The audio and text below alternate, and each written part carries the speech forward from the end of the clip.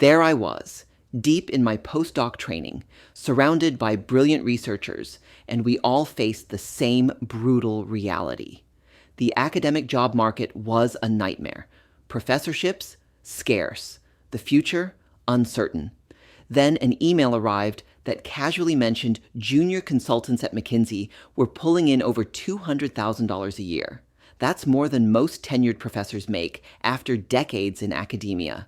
Everyone wanted in. The consulting club meetings became standing room only. But here's the thing that nobody talks about. Most of us had absolutely no idea what consultants actually did. We just knew they got paid extremely well to do it. I joined the rush, attending every workshop I could find. But something unexpected happened. As I learned more about business consulting, I stopped caring about the salary. I became fascinated by how these people thought. The frameworks they used to attack problems, from profit crises to pricing strategies to corporate mergers, were unlike anything I'd encountered in my scientific training. And what really grabbed me was this.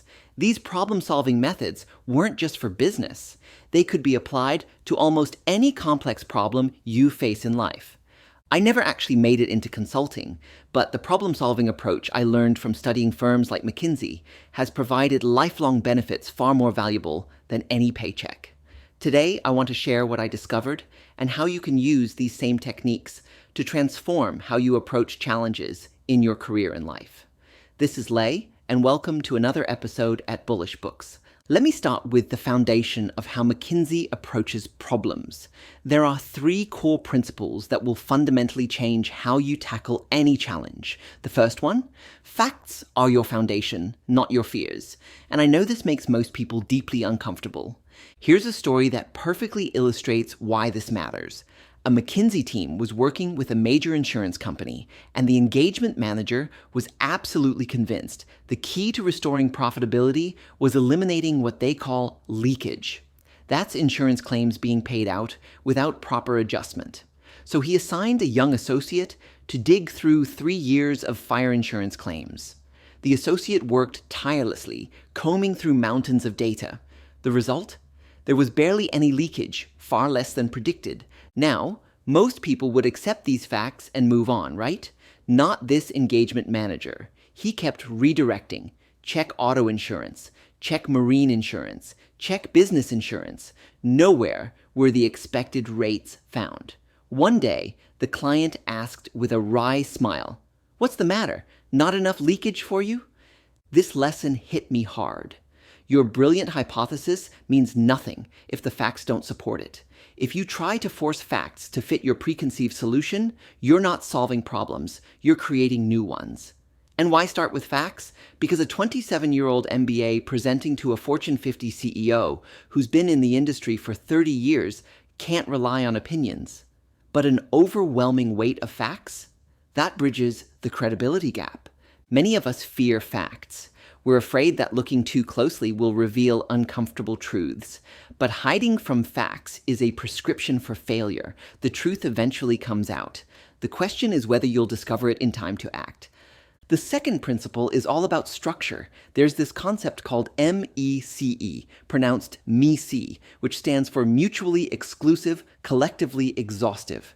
Here's what it means. When you're breaking down a problem, each piece should be mutually exclusive, meaning no overlap between categories, and collectively exhaustive, meaning nothing important left out.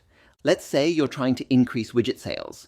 Your breakdown might be change how we sell to retail outlets, improve how we market to consumers, and reduce the unit cost of our widgets. Someone suggests adding re-engineer our production process. Does this belong as a 4th item? No. It falls under reduce unit cost. Adding it separately creates overlap and muddles your thinking. But what if you also need to re-engineer production to improve quality? That belongs under improve marketing as a way to enhance product value. You've discovered re-engineering serves 2 purposes, each in a different category.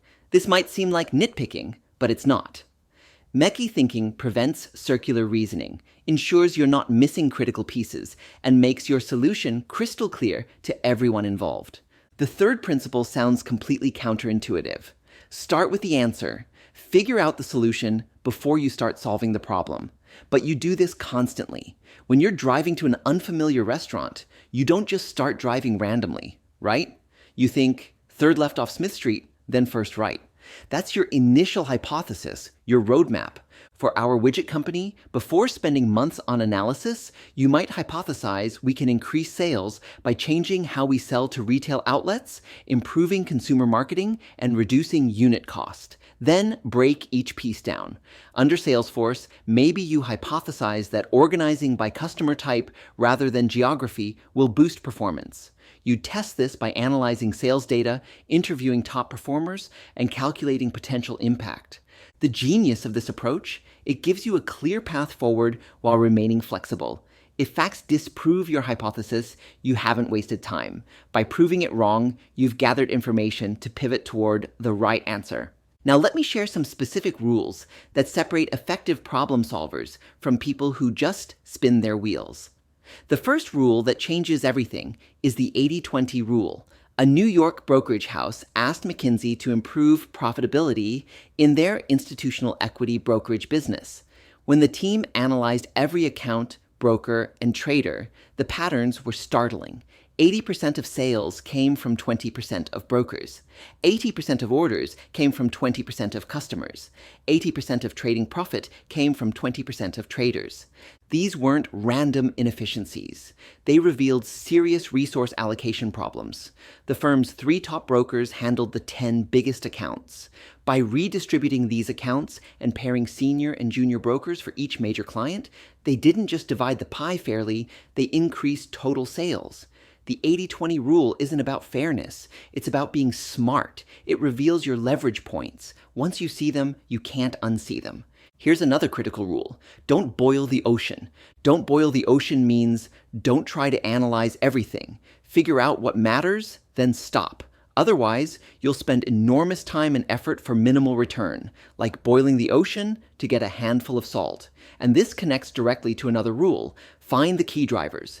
Engineers know the square law of computation. Double your problem's complexity, and solving time quadruples. Smart engineers simplify. When analyzing planetary motion, astronomers focus on objects that actually matter, not every piece of space debris. You need to do the same. Yes, 100 factors might affect your widget sales: weather, consumer confidence, raw material prices. But the 3 most important ones are X, Y, and Z. Focus there. Everything else is noise. Now here's a test that will reveal whether you truly understand your own work. It's called the elevator test. Imagine you're about to present your 6-month study to the Fortune 50 CEO. Senior executives file into the boardroom. The CEO walks in and says, "Sorry, crisis, I have to go. Walk me to the elevator and tell me what you found." The elevator ride takes 30 seconds. Can you explain your solution? Can you sell it in that time? For the widget company, you might say, we think you can boost sales by 50% in 3 years by reorganizing your sales force by buyer category. We have detailed analysis to back this up. Clean, clear, compelling. If you can't do this, you don't understand your own work well enough. Let me share one more rule that surprised me. Hit singles, not home runs. Get your job done. Don't try to do the whole team's work. First, you can't do everything yourself. Business problems are complex. If you don't leverage your team, you're wasting resources. Second, pull off one superhuman feat, and everyone expects it again and again. Those unrealistic expectations become a trap. Third, once you fail to meet those inflated expectations, regaining credibility is brutal. Better to consistently deliver solid results than to occasionally dazzle while sometimes disappointing.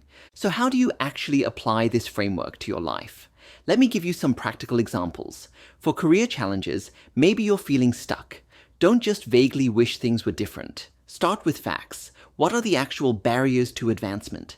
Structure your analysis with MECE categories. Maybe it's skills, relationships, or visibility. Develop testable hypotheses. Is it that you need a specific certification, or do you need to build relationships with decision makers? Find the key drivers. Perhaps 80% of promotions come from 20% of projects. Focus there. For business problems, let's say you're launching a product or trying to grow revenue. Start with facts.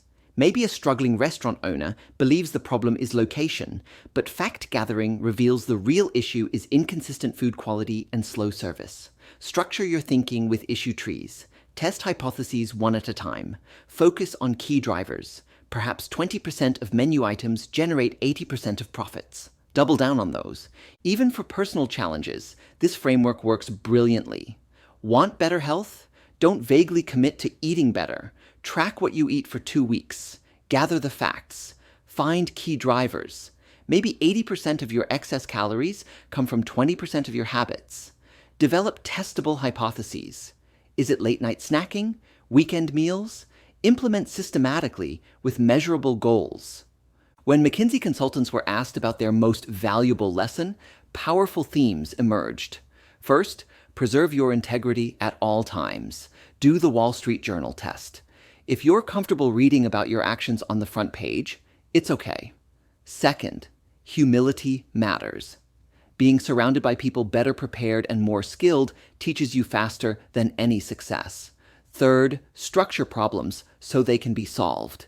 Any problem, no matter how daunting, can be broken into solvable pieces. Fourth, nothing is new under the sun. Someone has done it before. Find them. And finally, efficient communication is everything. Structured thinking, clear language, and professional objectivity allow organizations to reach maximum potential. The McKinsey Way isn't about working for a prestigious firm. It's about thinking clearly, working systematically, and communicating effectively. It's about breaking overwhelming problems into solvable pieces. These tools work whether you're boosting company profits, advancing your career, improving your health, or strengthening your relationships.